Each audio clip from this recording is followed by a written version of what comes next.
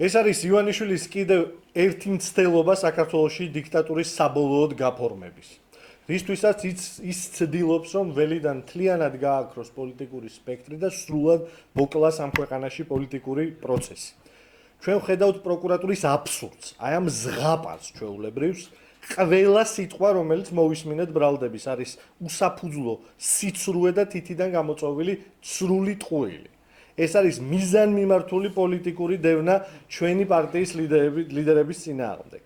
ეს არის დანაშაული, რომელსაც რეპრესიული რეჟიმი პოლიტიკური ოპონენტების წინააღმდეგ ახორციელებს. ივანიშვილის ამოცანაა კიდევ ერთხელ ციხეში ჩასვას მამუკა ხაზარაძე და ბადრი ჯაფარიძე და ამით გაანეიტრალოს ჩვენი ბრძოლა, რომელშიც ვართ ჩართული რეჟიმის წინააღმდეგ. რუსულმა ოცნებამ პოლიტიკური პროცესის მოსპობა ვერ მოახერხა ვერაფრით, სავარაუდოდ არც ეს აბსურდი, არც ამ აბსურდის არჯერა, რასაც ქვია პარტიების გაუქმების პროცედურა და პირდაპირ გადაწყვიტა, რომ დაატუსაღოს და ციხეში ჩასვას პოლიტიკა მთლიანად. ვერც ერთი ბრალდება ვერ გააჩერებს ჩვენ პოლიტიკურ და სამართლებრივ წინააღმდეგობას ამ რუსული რეჟიმის წინააღმდეგ. ეს ბრძოლა საქართველოსთვის და ქართველი ხალხისთვის აუცილებლად გამარჯვებით დასრულდება.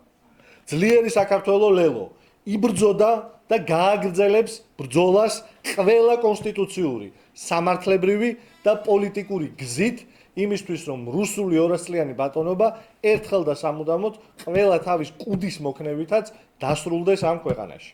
მადლობა.